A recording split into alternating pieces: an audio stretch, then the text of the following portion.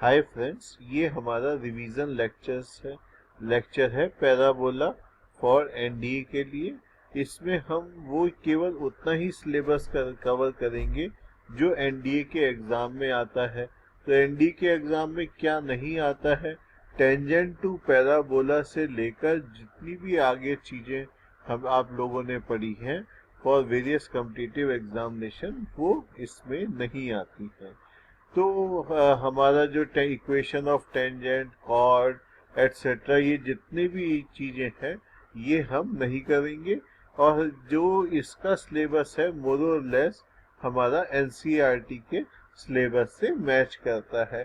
तो हम जो कंटेंट आपको पढ़ाते हैं that is partly based on the syllabus and essentially based on the previous year papers of 10 years. तो उसके हिसाब से जो थ्योरी निकल के आई है, जो टॉपिक्स हैं, वो हमने यहाँ पर कवर किए हैं। नाउ हमारा फर्स्ट टॉपिक है व्हाट इज सेक्शन ऑफ ए कोन। अगर इस टॉपिक को आपने समझना है तो ये एक 5 मिनट्स 28 सेकंड का बहुत अच्छा वीडियो है जो हमने एम्बेड किया हुआ है। तो इसको आपको देख के बहुत कॉन्सेप्ट क्लियर हो जाएंगे। अब अगर हम इसको मैथमेटिकली बोले तो हमारी क्या क्या प्रॉपर्टीज होती हैं कोनिक सेक्शंस की। ये एक हमारा डबल कोन है। डबल कोन मतलब कि ये एक लाइन है, इसको हम जनरेटर लाइन बोलते हैं, और एक ये वर्टिकल लाइन है, ये हमारी एक्सिस हो गई।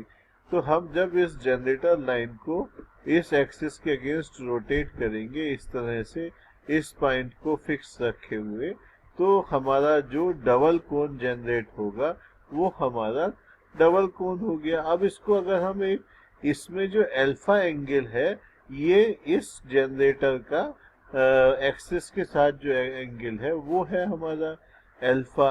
और बीटा अब हमारा क्या एंगल है कि अगर हम एक प्लेन लेके इस कोनिक सेक्शन को कट करते हैं तो जो एंगल ये प्लेन जो है हमारा वर्टिकल जो दैट इज एक्सिस जो है हमारी उससे बनाता है, वो एंगल हमारा बीटा है। क्योंकि ये 3D फिगर है इसलिए अल्फा बीटा क्लियर नहीं हो रहे हैं, इसीलिए हमने आपके लिए यहाँ पर एक वीडियो एम्बेड किया हुआ है। अब किस केस में जो प्लेन से जब हम कट करेंगे तो हमारा ये जो सेक्शन निकलेगा वो किस केस में सर्किल, इलिप्स, पैराबोला या हाइपरबोला होगा। अगर हम इसको कट कर रहे हैं और जो प्लेन है वो वर्टिकल एक्सिस से 90 डिग्री का एंगल बना रहा है, मतलब ये प्लेन बिल्कुल इस तरह से स्ट्रेट है और इस लाइन के परपेंडिकुलर है, तो उस केस में हमारा सेक्शन एक सर्किल होगा। और अगर ये बीटा जो है हमारा अल्फा और 90 डिग्री के बीच में है, if it is between alpha and 90 degree, तो हमारा सेक्शन इलिप्स होगा। तो ये वाले केस में हमारा सेक्शन इलिप्स हो गया। और बीटा अगर हमारा अल्फा के इक्वल होता है तो ये हमारा पैराबोला बन जाता है। और बीटा अगर हमारा 0 टू अल्फा के बीच में है तो जो है ये इसको, जो प्लेन है ये इस वाले कोन को भी काटेगा और नीचे वाले कोन को भी काटेगा, इनको नेप्स बोलते हैं। तो इन दोनों कोन को जब काटेगा तो ये फिगर तो हमारी, अगर आपने पढ़ी है तो याद होगा कि ये हाइपरबोला में ही आती है। तो when beta is between 0 to alpha तो हमारा केस ये वाला जो है ये हाइपरबोला हो गया। तो when beta is between alpha and 90 तो इलिप्स हो गया। When it is between 0 to alpha तो हमारा ये हाइपरबोला हो गया। अल्फा है तो हमारा इक्वल टू अल्फा है तो हमारा ये केस पैराबोला हो गया। और ये तो ऑब्वियस है कि बीटा इज इक्वल टू 90 पर जो सेक्शन है वो हमारा सर्किल इसमें होगा। अब हमारा नेक्स्ट टॉपिक है इसमें कि कोनिक सेक्शन अगर हम एज ए लोकस बोले तो कोनिक सेक्शन क्या है हमारा। Conic section is a locus of a point which moves in a plane such that ratio of its distance from fixed point which is called focus and fixed line which is called directrix is constant। तो ये हमारा जो ratio है इसको हम इसेंट्री कहते हैं। For different way, तो एक तो हमने पहले बता दिया कि कौन से कट करके निकलता है। अगर ये एक हमारी ये डेफिनेशन हो गई, ये दोनों डेफिनेशन हमारी इक्विवेलेंट है, तो इस वो हमारा एक कॉन्सेप्चुअल पॉइंट था। लेकिन जो इक्वेशन निकालते हैं वो हम यूजुअली इस को डेफिनेशन को यूज करके निकालते हैं। तो अब हमारा डिफरेंट वैल्यूज ऑफ ई के लिए जो कोनिक सेक्शन क्या क्या हमारे बन के आते हैं, जैसे उसमें हमारा क्या था कि alpha is equal to beta था, तो हमारा सेक्शन जो है वो था पैराबोला। अब इस वाले फॉर्म में जब हम इसका distance from a point that is focus and A line which is called directrix, अगर उसके रेशियो से अगर हम इसको डिफाइन कर रहे हैं विच इज इक्वल टू ई, तो जब ई इज इक्वल टू 1 होगा तो ये कोनिक हमारा पैराबोला हो गया। ई लेस देन 1 होगा तो हमारा कोनिक एलिप्स हो गया। ई ग्रेटर देन 1 होगा तो ये हाइपरबोला हो गया। ई इज इक्वल टू 0 के लिए कोनिक हमारा सर्किल हो गया। And e is equal to infinity है, मतलब तो उस वाले केस में कोनिक हमारा पेयर ऑफ स्ट्रेट लाइन होता है। तो this is very brief overview of conic sections. तो अब हम इनके कुछ की टर्म समझ लें, क्योंकि ये हर जगह यूज होंगे। फोकस क्या हो गया, जिस फिक्स्ड पॉइंट से तो उसका जो हम रेशियो निकाल रहे थे fixed point and fixed line में, वो फिक्स्ड पॉइंट हमारा फोकस हो गया।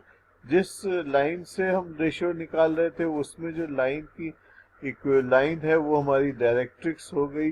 एक्सिस क्या हुआ, axis straight line perpendicular to directrix. अब हम कोन को प्लेन से काटने वाले के फॉर्म में ये पॉइंट्स नहीं डिफाइन कर रहे हैं, बल्कि इसको हम इस तरह से डिफाइन कर रहे हैं कि कोनिक सेक्शन जो है वो तब होता है कि जब हमारा एक लाइन ऐसे मूव करती है कि उसका एक डिस्टेंस एक पॉइंट और एक लाइन से जो डिस्टेंस है उनका रेशियो हमारा इक्वल टू ई होता है। And for E different value of E it gives us different shape। तो उस केस में अब हमारी एक्सिस क्या होगी, it is the straight line which is perpendicular to directrix and passing through the focus। तो ये हम भाई डायरेक्ट्रिक्स तो एक लाइन है, उसके अगेंस्ट उसकी तो परपेंडिकुलर बहुत सारी लाइन है, but the one which passes through focus is our axis। Vertex क्या हो गया कि point of intersection of conic section and the axis, that is called the vertex। So these are this is the way these points have been defined कि vertex हमारा ये है, focus ये है, और तो ये हमारी definition है। तो ये कोई obvious चीज नहीं है, ये defined चीज है। तो focal chord हमारी क्या हो गई कि any का कोई obvious है कि भाई it's a chord, और focal है तो मतलब it should pass through the focus. तो ये हमारी फोकल कोऑर्डिनेट हो गई। डबल ऑर्डिनेट हमारा क्या होता है, any straight line which is drawn perpendicular to the axis and terminate at both ends by the curve is double ordinate. तो ये हमारा इसका डबल ऑर्डिनेट हो गया। अगर डबल ऑर्डिनेट हमारा फोकस से पास होता है तो इसको हम लेटस रेक्टम कहते हैं। अब हमारी जो इक्वेशन ऑफ कोनिक सर्किल है, ये हमने क्या डिफाइन किया था कि कोनिक सर्किल में कोई अल्फा बीटा जो हमारा पॉइंट है फोकस है, और एक अगर हमारी लाइन जो है A X plus B Y plus C है, और पी हमारा जो पॉइंट है जिसका लोकस हम निकालना है, तो इसका पी अगर कोनिक सेक्शन है तो पी का डिस्टेंस अल्फा बीटा से जो है और पी का डिस्टेंस जो डायरेक्ट्रिक्स से है उनका रेशियो हमारा फिक्स रहता है। एंड ये रेशियो जो है ई निकल के ई आता है। तो ये हमारा पी और एस अल्फा बीटा, और हमारा पी क्या हो गया एक्स वाई, तो इसके इनके बीच का डिस्टेंस क्या हो गया root of X minus alpha whole square plus Y minus beta whole square is equal to E. और हमारा पी एम कितना हो गया कि हमने इस वाले एक्स वाई से इसके ऊपर परपेंडिकुलर की लेंथ कितनी होती है वो हमने एक्स वाई इसमें रख दिया, तो A X plus B Y plus C divided by root of A square plus B square. तो ये हमारा इसमें इक्वेशन आ गई कोनिक सेक्शन की। अब इस कोनिक सेक्शन को हम सॉल्व करेंगे तो इसमें देखिए एक्स स्क्वायर टर्म्स भी है, वाई स्क्वायर भी है, यहाँ पर भी एक्स स्क्वायर आ रहा है, वाई स्क्वायर आ रहा है और डिफरेंट कोफिशिएंट के साथ आ रहा है, प्लस इसको स्क्वायर करेंगे तो एक्स वाई टर्म भी आ रहा है। तो जैसे सर्किल था उसमें हमारा एक्स स्क्वायर और वाई स्क्वायर की जो कोफिशिएंट है वो इक्वल होते हैं, लेकिन जनरल कोनिक सेक्शन की जो इक्वेशन है वो हमारी ये है x square plus B y square plus 2gx plus 2fy plus 2hxy plus constant is equal to 0। तो यहाँ पे एक क्वांटिटी नई हम डिफाइन करते हैं डिस्क्रिमिनेंट, क्योंकि ये सेकंड डिग्री इक्वेशन है तो इसका एक डिस्क्रिमिनेंट होगा, उसकी वैल्यू जब हम कैलकुलेट करते हैं तो वो आती है abc plus 2fgh minus af square minus bg minus ch square.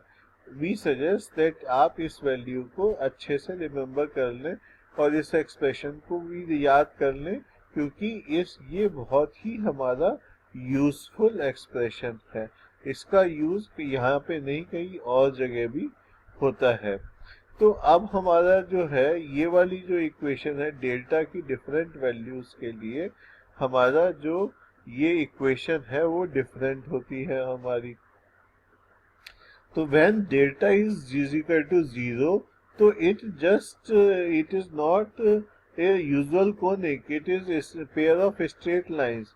तो अगर a b minus h square delta भी 0 है, उसके अलावा a b minus h square is 0, तो हमारा ये पेयर ऑफ कोइंसिडेंट लाइंस होता है। अगर ये है ए बी, अगर डेल्टा 0 है and a b minus h square हमारा लेस देन 0 है, तो it will give us real and distinct pair of lines, straight lines. पहले में तो कोइंसिडेंट होगी ना, तो सेम ही हो गई लाइन। अब की बार अगर ये लेस देन 0 है तो we get real and distinct pair of straight lines, और ये अगर ग्रेटर देन 0 है तो लाइंस हमारी इमेजिनरी हो गई।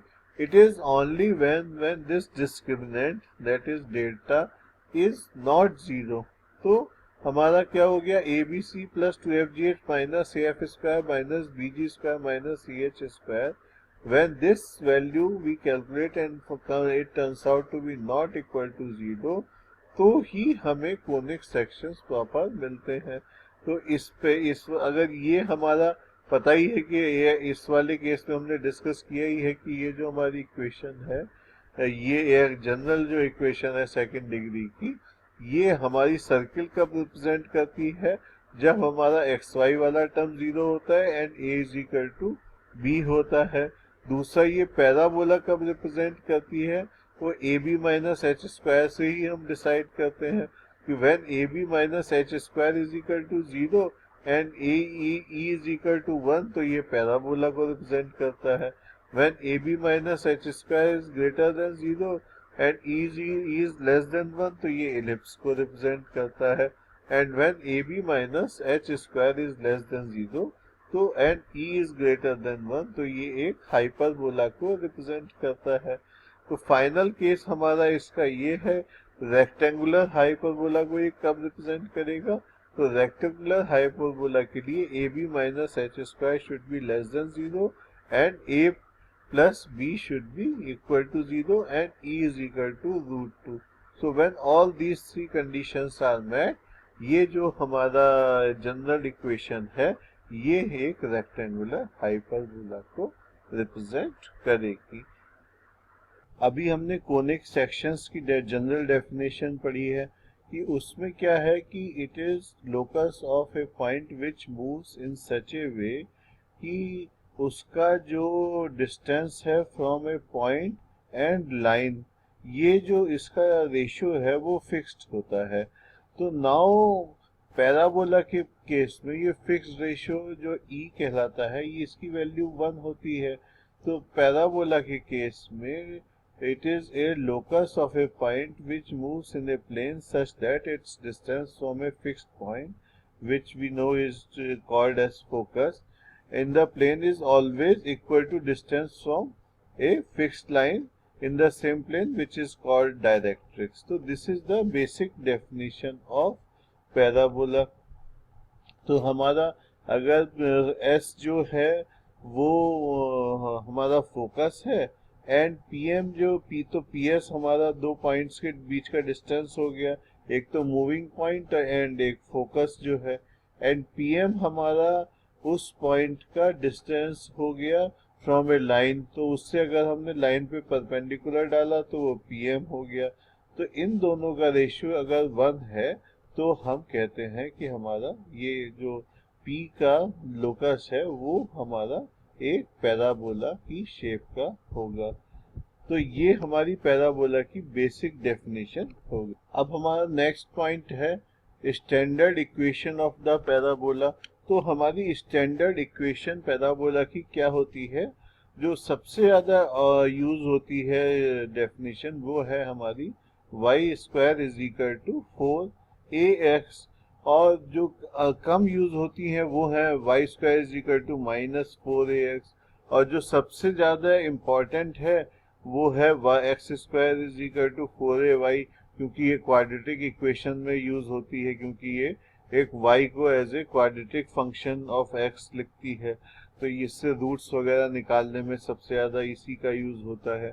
और x square is equal to -4ay, ये हमारा फोर्थ टाइप ऑफ पैराबोला हो गया। अगर इन पैराबोलास को हम ड्रॉ करें तो हमारा y square is equal to 4ax, तो ये हो गया, ये अगर हमारा ओरिजिन है। तो दूसरा जो हमारा y square is equal to -4ax हमारा ये हो गया। फिर हमारा आता है x square is equal to 4ay, तो उस ये हमारा अपवर्ड फेसिंग पैराबोला हो गया, ये हमारा एक्स स्क्वायर प्लस 4ay हो गया, और ये हमारा x square is equal to -4ay हो गया। तो अब हम इसके जो टर्म, इसमें पैराबोला में अधिकतर क्वेश्चन यही आते हैं कि भाई कोई पैराबोला की इक्वेशन दे दी तो वर्टेक्स, फोकस, डायरेक्ट्रिक्स और इसके क्या क्या होंगे, तो यही मेन चीजें हैं। तो इसको हम अच्छे से समझ लें कि ये अगर हमारा पैराबोला है तो इसमें हमारा क्या क्या, सबसे इम्पोर्टेंट चीज तो हमारा फोकस है। फोकस ये है कि भाई उसका किसी भी पॉइंट का डिस्टेंस फोकस से और डायरेक्ट्रिक्स से सेम होता है। PS is always is equal to PS is equal to PM, that is the way we define. PM क्या है, तो कोई जो मूविंग पॉइंट है उससे डायरेक्ट्रिक्स पे परपेंडिकुलर जो डाल रहे हैं वो हमारा पीएम हो गया, और पीएस हमारा पॉइंट और फोकस के बीच का डिस्टेंस है, तो PS is equal to PM होता है। तो ये वाली जो लाइन है, ये लाइन हमारी डायरेक्ट्रिक्स कहलाती है। अब अगर हम एक्सिस इस तरह से सेलेक्ट करें, क्योंकि ये हमारी एक्सिस हो गई, अब हमने एक्सिस इस तरह से सेलेक्ट कर ली कि ये वाला जो पॉइंट है ये हमारा वर्टेक्स हो गया। तो अगर ये जिस पॉइंट, ये वाला पॉइंट को हमने वर्टेक्स जो है उसको हमने ओरिजिन मानते हुए एक्सिस को सेलेक्ट किया है, तो इसमें हम एक्सिस अपनी सहूलियत के हिसाब से सेलेक्ट करते हैं। नाउ अगर ये हमारा वर्टेक्स है और ये डिस्टेंस हमारा a है, तो जब P पॉइंट यहाँ पर आया तो PS कितना हुआ, हमारा a है, और P हमारा O से इस पे जो परपेंडिकुलर डालेंगे वो भी डिस्टेंस a होगा, तो ये वाला डिस्टेंस भी हमारा a हो गया। अगर ये डिस्टेंस a है तो इस वाली लाइन की इक्वेशन क्या हो गई हमारी, इस वाली लाइन की इक्वेशन हो गई हमारी x is equal to -a, क्योंकि ये ओरिजिन है तो ये तो नेगेटिव डायरेक्शन में है ना, डिस्टेंस a होगा, लेकिन इस वाली लाइन पे किसी भी पॉइंट के coordinate x is equal to -a होंगे। तो डायरेक्ट्रिक्स की इक्वेशन हमारी x plus a is equal to 0 आ गई। अब हमारा नेक्स्ट पॉइंट है कि एक फोकल कॉर्ड क्या होती है, any chord of a parabola. ये अगर हमारी कॉर्ड्स चल रही हैं, एक कोई ये कॉर्ड है, एक हमारी कोई ये कॉर्ड है, मतलब तो कॉर्ड क्या हुआ कि भाई पैराबोला के किसी पॉइंट से शुरू होके किसी पॉइंट पे खत्म हो, तो वो हमारा जो लाइन है वो कॉर्ड हो गया, लाइन सेगमेंट जो है। तो अब हमारा जो फोकल कॉर्ड है, जो इतनी सारी कॉर्ड्स बनेंगी उसमें से फोकल कॉर्ड वो सारी हैं जो फोकस से पास हो। तो हमारी फोकल कॉर्ड्स क्या क्या हो गई, हमारी एक तो फोकल कॉर्ड एक हमने जो बना रखी है वो ये फोकल कॉर्ड हो गई। अगर हम कोई ये वाली लाइन खींचे तो ये भी हमारी फोकल कॉर्ड हो गई। तो इस तरह से हम कई सारी फोकल कॉर्ड्स भी इस एक पैराबोला में पॉसिबल है। अब हमारा दो टर्म्स और बचे हैं। एक हमारा टर्म है कि हमारा व्हाट इज डबल ऑर्डिनेट। अब ये जो है पैराबोला है और इस पैराबोला के अंदर ये कोई कॉर्ड हम ड्रॉ कर रहे हैं which is perpendicular to the axis. ये जो एक्सिस है ये एक्सिस ऑफ द पैराबोला कहलाती है which is perpendicular to directrix and passing through the vertex. ये इसके बेसिस पे हम डिफाइन करते हैं हमारी एक्सिस क्या। एक्सिस ऑफ ए पैराबोला जो है, एक्सिस ऑफ पैराबोला जो है तो ये क्या है कि परपेंडिकुलर टू डायरेक्ट्रिक्स। ठीक है, ये परपेंडिकुलर टू डायरेक्ट्रिक्स हो गई हमारी and passing through vertex, and passing through vertex. ये बहुत इंपॉर्टेंट पॉइंट है। ये हमारे कई केस में डायरेक्ट्रिक्स और वर्टेक्स इन सबको निकालने के काम आएगा। तो ये हो गया। अब डबल ऑर्डिनेट हमारा क्या है, ये एक ऐसी फोकल ऐसी कॉर्ड है हमारी जो कि एक्सिस के परपेंडिकुलर है। तो ये वाली अगर हमारी कॉर्ड है और ये एक्सिस के परपेंडिकुलर है जैसा आप देख रहे हैं, तो इसको हम बोलते हैं डबल ऑर्डिनेट। और अगर ये वाली जो हमारी डबल ऑर्डिनेट है ये हम फोकस के थ्रू पास हो रही है, तो इसको एक बहुत अच्छा नाम है लेटस रेक्टम। ये काफी पॉपुलर टर्म है, इसके ऊपर कई क्वेश्चन आ जाते हैं। तो अगर हम लेटस रेक्टम की लेंथ निकालना चाहें तो हमारी क्या होगी, हमारी पैराबोला की इक्वेशन क्या है। इस वाले पैराबोला की ये सबसे स्टैंडर्ड फॉर्म ऑफ पैराबोला है, वो हमारी इक्वेशन है y square is equal to 4ax। Now इस पॉइंट के कोऑर्डिनेट हमारे a0 है, तो अगर हमने लेटस रेक्टम इरेक्ट किया है इसके ऊपर, तो हमारा लेटस रेक्टम के इस वाले पॉइंट का x कोऑर्डिनेट तो a ही होगा ना, क्योंकि ये वाली लाइन हमारी x is equal to a है। तो अगर हम इसमें x is equal to a रखते हैं तो हमारी y की क्या वैल्यू आई, if you put x is equal to a तो we get y square is equal to 4a square. तो y की वैल्यू हमारी क्या आई, प्लस माइनस 2a। अगर हमारी y की वैल्यू प्लस माइनस 2a है तो एक तो हमारा ये कोऑर्डिनेट आ गया और एक हमारा ये कोऑर्डिनेट आ गया a माइनस 2a। तो इसकी जो हाइट है वो हमारी कितनी हो गई, वो हमारी हो गई 4a। तो ये हमारे सारे टर्म्स हैं, हमने इस डायग्राम से आपको अच्छे से समझा दिए हैं। अब हमारे डिफरेंट फॉर्म ऑफ पैराबोलास पे आते हैं। y square is equal to 4ax है। सेकंड है हमारा y square is equal to minus 4ax। तो पहले तो इसके y स्क्वायर 4ax के वेरियस टर्म्स को एक बार और देख लेते हैं। हमारा इस पैराबोला का वर्टेक्स ही है, वर्टेक्स ये जो बिल्कुल टॉप पॉइंट हो गया पैराबोला का, वो वाला पॉइंट हमारा वर्टेक्स हो गया। तो अब वर्टेक्स जो है उसके कोऑर्डिनेट इसमें क्या है हमारे, हमने x एक्सिस और y axis y square is equal to 4x में इस तरह से लेते हैं कि ये वर्टेक्स हमारा ओरिजिन पे हो। तो वर्टेक्स के कोऑर्डिनेट हमारे ओरिजिन हो गए। अब हमारा फोकस क्या है, फोकस हमने a0 है हमारा फोकस, इसके ये x एक्सिस पर ही है तो इसके कोऑर्डिनेट a0 के फॉर्म में होंगे। तो ये हमारा फोकस हो गया। डायरेक्ट्रिक्स हमने आपको बताई थी कि जब ये पॉइंट यहाँ पे आता है तो ये डिस्टेंस और ये डिस्टेंस बराबर होना चाहिए, तो ये भी a है। तो हमारी डायरेक्ट्रिक्स की equation x is equal to minus a हो गई। फिर हमारी जो एक्सिस है वो क्या है, ये हमारी एक्सिस है। Axis is perpendicular to directrix and passing through vertex. ये हमारी एक्सिस ऐसे डिफाइन होती है।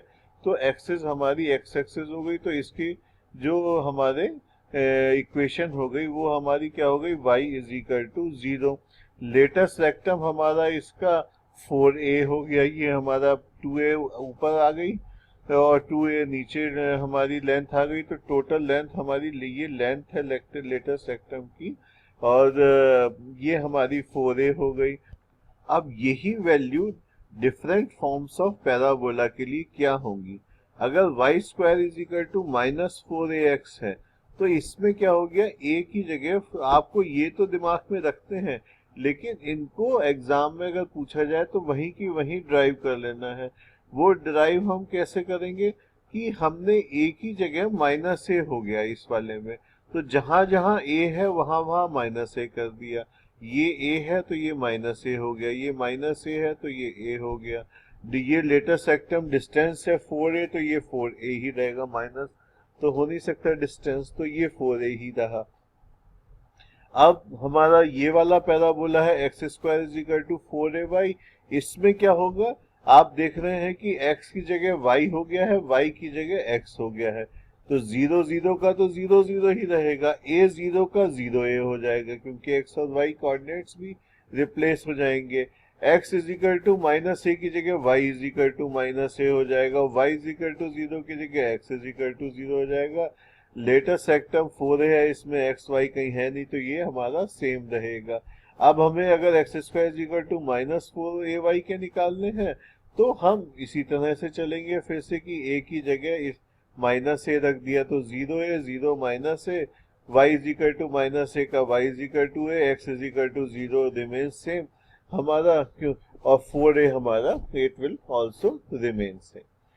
तो ये हमारा सिंपल मेथड है याद करने का, कि ये वाले पॉइंट्स हम केवल y square is equal to 4x के लिए याद कर लिए, तो ये क्या क्या है, और बाकी सबका जो एग्जाम में पूछा तो वही इस मेथड से हमने निकाल लिए।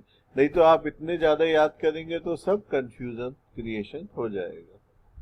नेक्स्ट हमारा है parametric form of equations of parabola. तो ये भी जो हमारे 4 डिफरेंट टाइप्स के पैराबोला हैं उनके लिए डिफरेंट डिफरेंट होती है। तो इसमें अगर हमारा ये स्टैंडर्ड फॉर्म है y square is equal to 4ax, तो इसकी जो पैरामीट्रिक इक्वेशन है वो हमारी होती है x square x is equal to 80 और वाई इज इक्वल टू 280। ये दो कोऑर्डिनेट्स के फॉर्म में हमेशा पैरामेट्रिक इक्वेशन हम लिखते हैं। जैसे सर्किल की हमने लिखी थी x minus x1 upon cos theta is equal to r, तो x is equal to x1 plus r cos theta, तो वहां पर थीटा हमारा पैरामीटर था। यहाँ पे ये साइन एंड कॉस के फॉर्म्स में ना लिख के हम इसको t के फॉर्म्स में लिखते हैं, तो t like theta is also a parameter. इस फॉर्म का फायदा क्या है कि हमें मिल गया कि भाई x और y के कोऑर्डिनेट ऐसे मिल गए जो प्रॉपर पैराबोला को डिफाइन करते हैं, कि भाई अगर हमें x और y में सारे के जो हमने कोऑर्डिनेट इस तरह से सेलेक्ट कर लिए पैरामीटर के फॉर्म में, कि अब हमारी जो अगर किसी क्वेश्चन में पैराबोला दिया हुआ है से y square is equal to 16x, तो अगर हम उसको इस हिसाब से ले लें कि a हमारा 4 हो गया, तो 4t² एंड 8t, तो हमारे क्या हुआ कि हमें पता जो ये वाली जो इंफॉर्मेशन है वो हमने पॉइंट में ही यूज कर ली। तो अब इसलिए ये बड़ी पॉपुलर फॉर्म है पैराबोला के क्वेश्चंस को सॉल्व करने के लिए, बट नॉट कि हमारा जो एनडीए में तो टेंजेंट वगैरह नॉर्मल कोर्स में ही नहीं है, तो वो तो ज्यादा यूज नहीं होती, लेकिन हमें पता होना चाहिए। अब हमारा इसका जो है हमारे इस वाली फॉर्म में क्या होगा, अगर y square is equal to -4ax है, तो हमने x में तो रिप्लेस कर दिया -8t², बट y में हम तो इसको -280 नहीं लिख सकते, क्योंकि ये अगर हम इसमें वैल्यू रखते हैं -80², तो हमारी ये तो हो गया पॉजिटिव हो गया, तभी तो हमने इसका स्क्वायर रूट निकाला। तो ये जो हमारा 2a एंड 80 आएगा वो क्योंकि स्क्वायर रूट है तो ये हमेशा पॉजिटिव आएगा, तो ये हमारा y इज इक्वल टू 280 ही रहेगा। तो इसमें हमें ये ध्यान रखना है कि x और y तो हम रिप्लेस कर देंगे, यहाँ पे भी x और y हमने रिप्लेस कर दिए कि x को हमने 280 कह दिया, y इज इक्वल टू 280² 80² कर दिया, तो ये क्रॉस हो गया हमारा। इसमें और इसमें, क्योंकि y square is equal to 4ax और x square is equal to 4ay है।